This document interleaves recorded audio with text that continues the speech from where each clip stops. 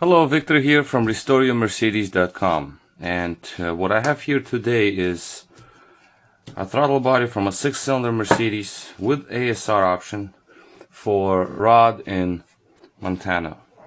Now this is an unusual case, so that's why I'm making a video of just the problem itself.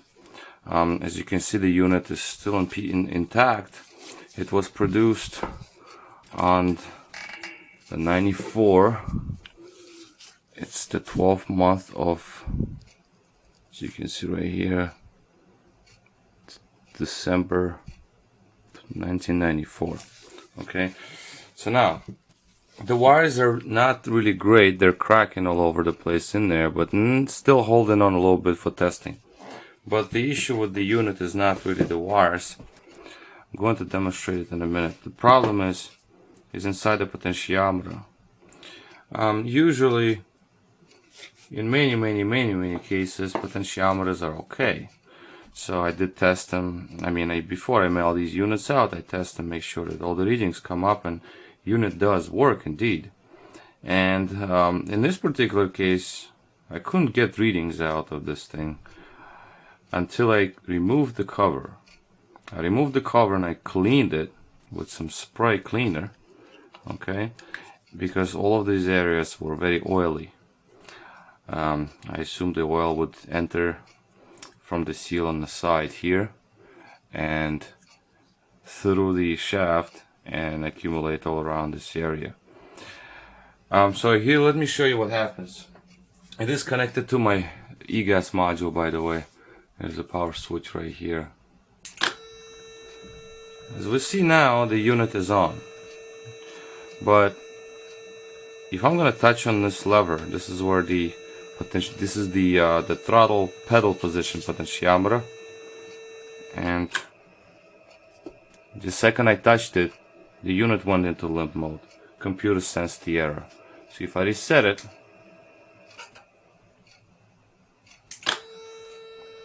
we got unit working again.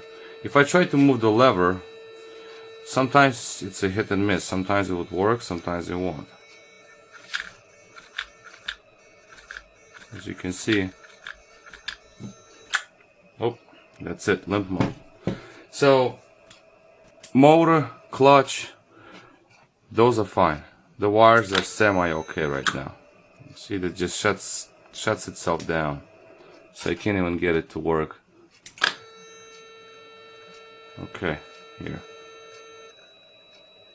So if I pull this, it makes better contact. And I can try to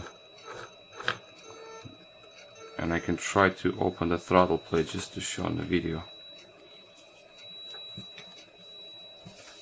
As you can see, it makes a nice noise. It's like this is good working.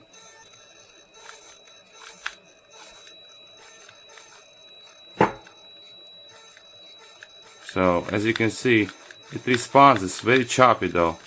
I can feel like it doesn't want to do it smoothly.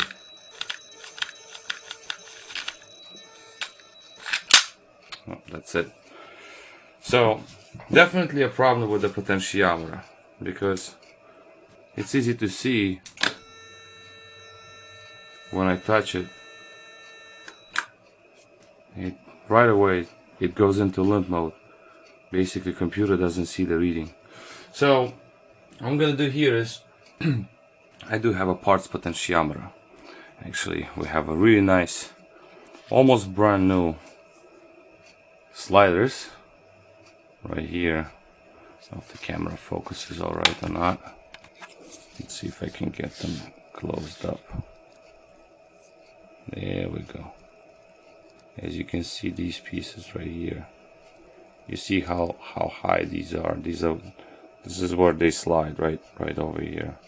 1 and 2. So these are the ones that slide against the graphite, one side and the other side. They're really nice and thick. Here, this is another shot. So we're gonna put these in. Now these are the sliders, and the actual graphite surface, which is this part right here. This is where the cover goes all around. One set of slides are they go around this area, the other set slides against this surface here. This is where the micro switch, one of the micro switches, contacts slide.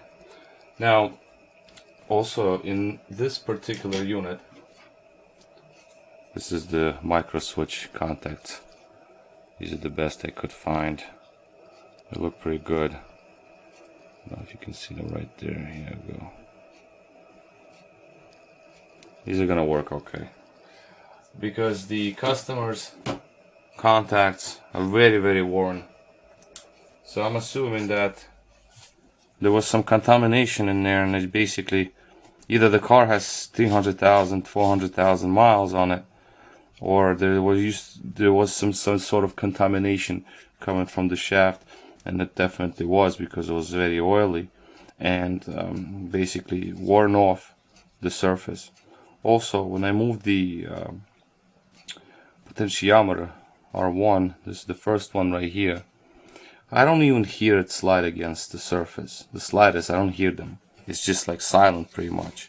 It gives me a kind of impression that there was no contact. Also over here, as you can see, there was a little bit of oil residue still left right there, even after cleaning. This is silent. It's supposed to make kind of a little screeching noise like this one.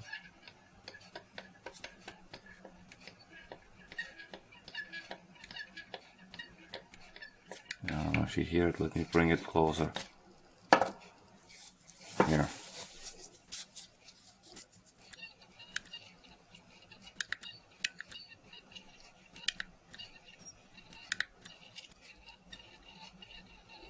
So you hear a little bit of a screeching sound. And this one? Nothing. It's supposed to make screeching sound as well, like like this.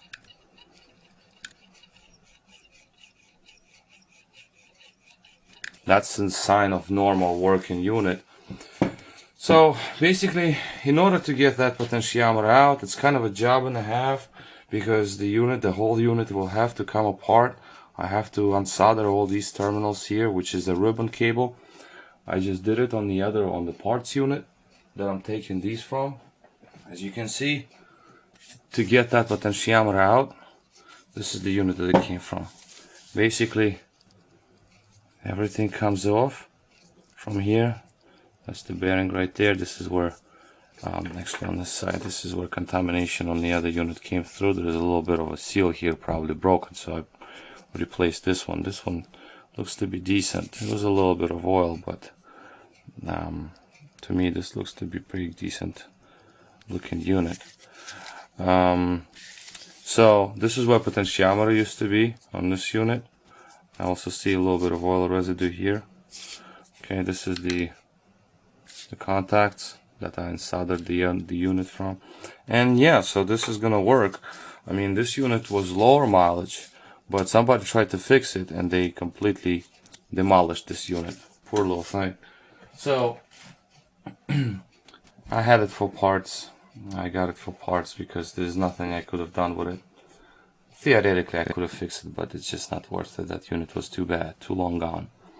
So, but potentiometer was fine, and motor and clutch was fine, so I used it. They just broke the linkage, and one of the this lever on potentiometer is broken, so I'm gonna reuse the lever, but I'm gonna take sliders from that one. As you can see, this potentiometer right here has no lever. It's missing the lever. It was broken off. So I'm gonna use this piece, put it here, put new sliders in the case, and you know, I'll be fine. Alright, well, I just wanted to show you this quick quick video of what's happening when potentiometer goes bad. More information can be found at restoreyourmercedes.com.